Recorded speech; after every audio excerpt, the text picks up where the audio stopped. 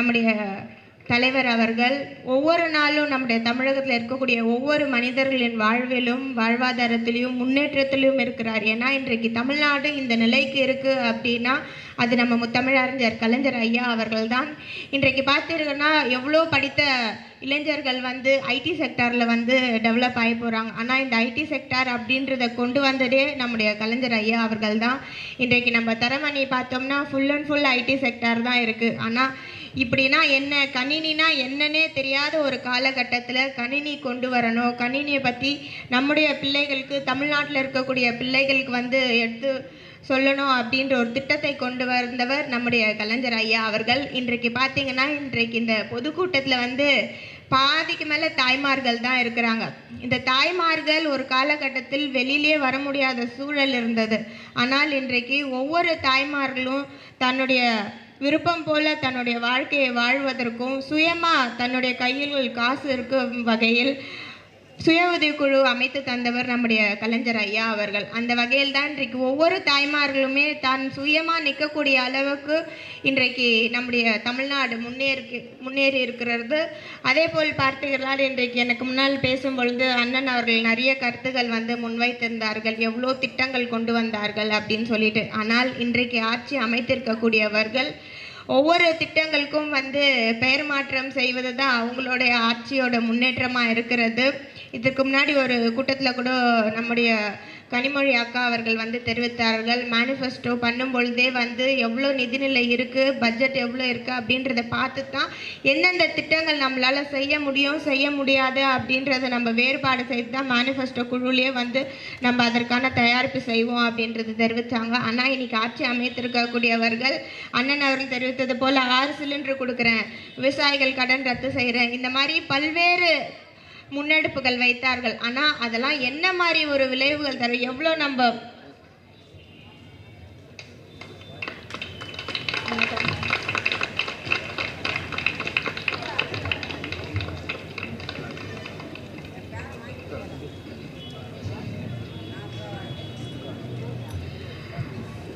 என்ன திட்டங்களை கொண்டு வந்தோம் அப்படின்றதே அவர்களே நினைவில்லை. இன்னைக்கு சட்டமன்றம் நடக்கிறது.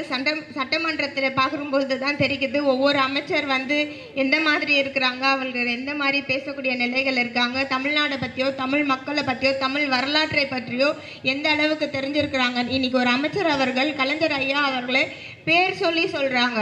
ஆனால் கலைஞர் ஐயாவை எவ்வளோ பெரிய மூத்தவர்களாக இருந்தாலும், எவ்வளோ பெரிய எழுத்தாளர்களாக இருந்தாலும், இல்லை எவ்வளோ பெரிய ஃபீல்டில் பதிவு இருந்தாலும் பேர் சொல்கிறதுக்கு யோசிப்பாங்க. அப்படிப்பட்ட கலைஞர் ஐயாவோட பேரை எவ்வளோ ஒரு பாரம்பரியமான எவ்வளோ ஒரு மேலிடமான சட்டமன்றத்தில் வந்து அவருடைய பேரை வந்து சொல்கிறாங்க. அதுவே அவர்களுக்கு தவறு என்று தெரியாதவர்களாம் இன்றைக்கு அமைச்சராக இருக்கக்கூடிய நிலையில் இருக்கிறாங்க. வரலாறு என்ன என்று தெரிந்திருக்கணும், வரலாற்றில் யார் யாரெல்லாம் இடம் பிடிச்சிருக்காங்கன்றது தெரிஞ்சிருக்கணும். இன்றைக்கு வரலாறு வந்து எவ்வளோ முக்கியம் அப்படின்றது இன்றைக்கு ஆட்சி அமைத்திருக்கிறவர்கள் பார்த்தே அடுத்து வரக்கூடிய தலைமுறையினருக்கு நம்ம கண்டிப்பாக வரலாறு சொல்லிக் கொடுக்கக்கூடிய சூழலில் நம்ம அனைவருமே இருக்கிறோம். இன்றைக்கு பார்த்திங்கன்னா பெண்களை குறிப்பிட்டிருந்தேன் நான். ஒரு பெண் வந்து நான் ஒரு பெண்ணாக இந்த இடத்துல வந்து இதை பதிவு பண்ணுறேன். ஒரு பெண் வந்து வீட்டை விட்டு வெளியில் வரணும் அப்படின்னா அது ரொம்ப ரொம்ப கடினமான ஒரு விஷயம். ஏன்னா காலையில் எழுந்த உடனே குழந்தைங்களுக்கு வந்து ஸ்கூலுக்கு ரெடி பண்ணணும், வீட்டில் இருக்க பெரியவர்களை பார்க்கணும், அதற்கு பின்ன வந்து வீட்டில் இருக்கக்கூடிய வேலைகளை செய்யணும். இது எல்லாமே முடிச்சுட்டு தான் ஒரு பெண் வந்து தனக்கு என்ன தேவையோ அதற்கான நேரத்தை ஒதுக்கீடு செய்யக்கூடிய சூழல் இருக்குது. இன்றைக்கி பார்த்தீங்கன்னா வீட்டில் இருக்கக்கூடிய 2 தரப்பினருமே வந்து வேலைக்கு செல்லக்கூடிய சூழலில் தான் இன்றைக்கி நம்ம தமிழ்நாடு இருக்குது. அப்படி இருக்கும் பொழுது பேரண்ட் 2 பேருமே வேலை செய்யும், உமன் எல்லாருமே வெளியில் வந்திருக்காங்க. ஆனால் இந்த பெண்கள் தைரியமாக வெளியில் வரக்கூடிய சூழலை ஏற்படுத்தியது, பெண்கள் தைரியமாக தனக்கு என்ன தேவையோ அதை செய்யக்கூடிய நிலை ஏற்படுத்தியது திராவிட முன்னேற்ற கழகம், நம்முடைய கழக தலைவர் முத்துவேல் கருணாநிதி ஸ்டாலின்.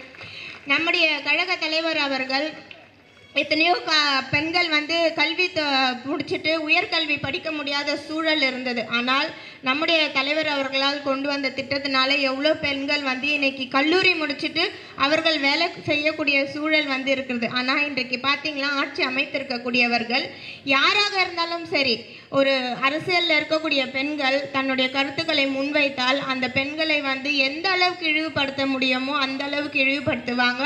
சமீபத்தில் கூட வந்து இந்த இபி இஷ்யூ வந்து ரொம்ப பெரிதாக போயிட்டு இருந்தது. இது குறித்து ஒரு திரைப்பட கலைஞர் வந்து ஒரு அம்மா வந்து பேசியிருந்தாங்க. நான் அவங்க பேரை குறிப்பிடல. ஆனால் அவங்க பேசினாங்கன்னு சொல்லிட்டு அவங்கள எந்த அளவுக்கு கார்னர் பண்ண முடியுமோ, இத்தனைக்கும் அவங்க இன்றைக்கு ஆட்சி அமைத்திருக்கக்கூடியவர்களோட தீவிர சப்போர்ட்டர். அப்படி இருந்தும் கூட என்ன நடைமுறைகள் இருக்குது, இன்றைக்கு நாட்டில் என்ன நடக்கிறது அப்படின்னு கருத்துக்களை முன்வைத்தாலே அவங்கள கார்னர் செய்கிறாங்க. அப்போது இந்த இடத்துல வந்து ஜனநாயகம் அப்படின்றது எங்கே இருக்குது? விடுதலை சுதந்திரம் அப்படின்றது எங்கே இருக்குது? இன்றைக்கு ஆட்சி அமைத்திருக்கிறீங்க, நீங்கள் வந்து பெரிய இடத்துல இருக்கீங்க, உங்ககிட்ட அரசு இருக்குது அப்படின்னா நீங்கள் அரசின் மூலியமாக பொதுமக்களுக்கு தேவையான திட்டங்களை கொண்டு வரணும், பொதுமக்களின் வாழ்வாதாரத்தை முன்னேற்றணும். அதை விட்டுட்டு உங்களுக்கு கருத்துக்களை முன்வைக்கும் பொழுது கருத்து முன்வைக்கிறவங்க எல்லாருமே நீங்கள் இந்த மாதிரி வந்து எதிர்த்து இந்த மாதிரி பண்ணால் அது எந்த வகையில் சரியாக இருக்கும்? அண்ணன் அவர்கள் பேசும்போது நம்முடைய எதிர்க்கட்சி தலைவர் அண்ணன் உதயானாவோட அரசை பற்றி தெரிவித்திருந்தாங்க. அது நீங்கள் வந்து திமுக காரங்கள் மேலே செய்த மிக மிக தவறான விஷயம் அப்படின்றத நீங்கள் கண்டிப்பாக அன்றைக்கி உணர்ந்திருப்பீங்க. தமிழ்நாட்டில் இருக்கக்கூடிய ஒட்டுமொத்த திமுக காரங்களாம் அன்றைக்கு சாலையில் வந்து நின்னாங்க. அதுதான் திமுக காரங்க. என்றைக்குமே வந்து ஆட்சியில் இருக்கிறோம், அதிகாரத்தில் இருக்கிறோம் அப்படின்ட்டு வெளியில் வரக்கூடியவர்கள் திமுக காரர்கள் கிடையாது. ஆட்சியில் இல்லைனாலும் என்றும் கொள்கையோடு பொதுமக்களின் முன்னேற்றத்திற்காகவும் வாழ்வாதாரத்துக்காகவும் போராடக்கூடியவர்கள் தான் திமுக காரர்கள் என்று தெரிவித்து விடைபெறுகிறேன். நன்றி.